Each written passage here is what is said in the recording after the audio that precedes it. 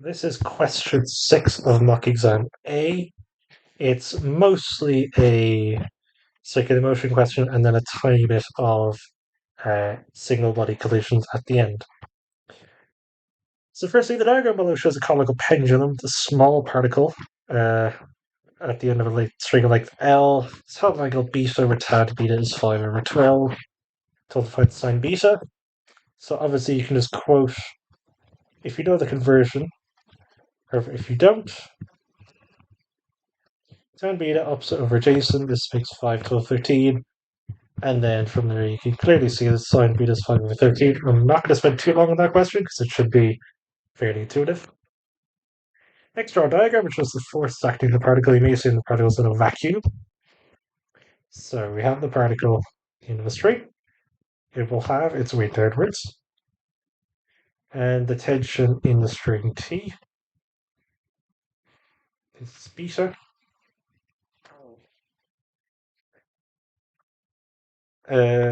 Shortest side opposite, so that's going to be beta there. And then, shouldn't really draw as a force, but it's spinning around this way. I'm going to speed omega, but that's not force, we can draw it. Now, find the angular acceleration in terms of L only.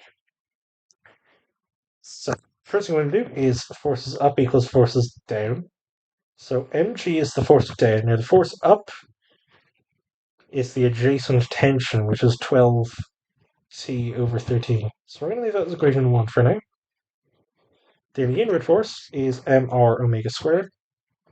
So the inward force is 5t over 13 because it's opposite to beta. And that's equal to mr. Now, r is L times sine of theta.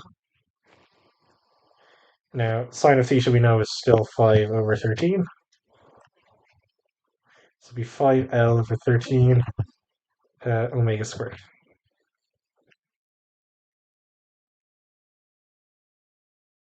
So we're trying to find an expression for omega. So the first thing we can do is cancel these 5 over 13s, and we get that t is ml omega squared.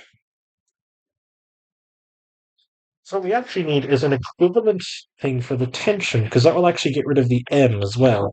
So from here, T is 13 mg over 12. So 13 mg over 12 is ml omega squared. This will cancel the m's, and we get 13g. 13g, if we divide by L, that's 13g over 12L equals omega squared. So that directly implies that omega is the square root of 13g over 12L units per second. So that's in terms of L only. G you can turn into a number and simplify it that way, but it is indeed in terms of L. Then if L is 13, find the linear speed v of the particle. So first we're going to find omega. Now this will be 13. The 13s will cancel. Omega is actually square root of g over 12. The radius we can then figure out, because we know the radius is L times sine of theta, which we found out is 5L over 13. So we get 5 times 13 over 13. 13's cancel, we get a radius of 5.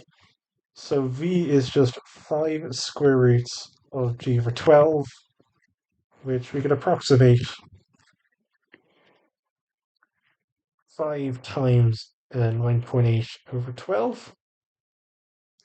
And we get 4.5 meters per second for that linear speed, or rather linear velocity of the particle. With the value of omega change for lighter, heavier particles. So this is actually something that's somewhat intuitive. If you do physics, then you should have proportionality in your head.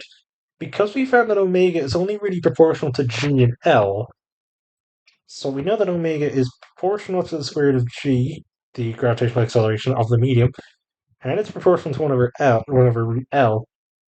None of that has a proportionality to m. So no proportion to m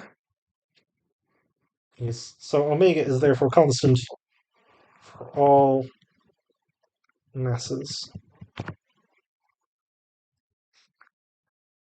Next, we have a very weird uh, single body collisions. I'm not sure what I was on when I wrote this question, but here we go. A ball is dropped from rest from a height S onto a floor. Coefficient of restitution 4 over v, where v is the impact speed. Find the rebound velocity of a ball with impact speed u. So, we know that the coefficient of restitution, the magnitude of which, is just the new velocity over old. No, it's the other way around. Sorry about that. So v is just EU, so E is v divided new velocity over old. So what we can do from here is we know the impact velocity is u. So 4 over v is the old velocity. Uh, so this is actually going to be 4 over u is v over u. So rather simply, the impact velocity or the rebound velocity is just going to be 4. So all velocity, so it hits the ground at speed u and gets rebounded with the speed 4. So investigate if u is 64, do the subsequent rebound velocities follow that of a geometric sequence with a constant ratio? Now this question I like a lot. So if u is 64, so the initial speed down is 64.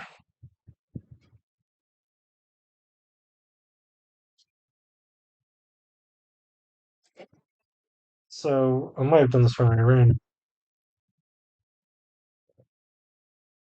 So the initial impact speed is 64. So we can write that v squared is 256, so v is 16. And that's going to be the next value that we put in. So when it goes up with, so if you shoot something up with the initial speed of u, it will actually come back down and hit the ground at the same speed in these models that we've developed in applied maths. So we get 4 over v is then v over 16. So v squared is 64. So v is 8. So actually what you can see already is that when you go 64, 16, 8, we divide this by 4, and then we divide it by 2.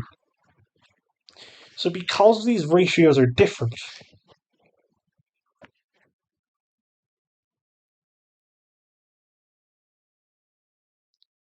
what that implies is that it's not a geometric sequence with constant ratio. Because we get 16 over 64 is a quarter, and 8 over 16 is a half. So because these ratios are different, this particular situation does not model that of a geometric sequence. And that is the solution to question 6 of Mock A.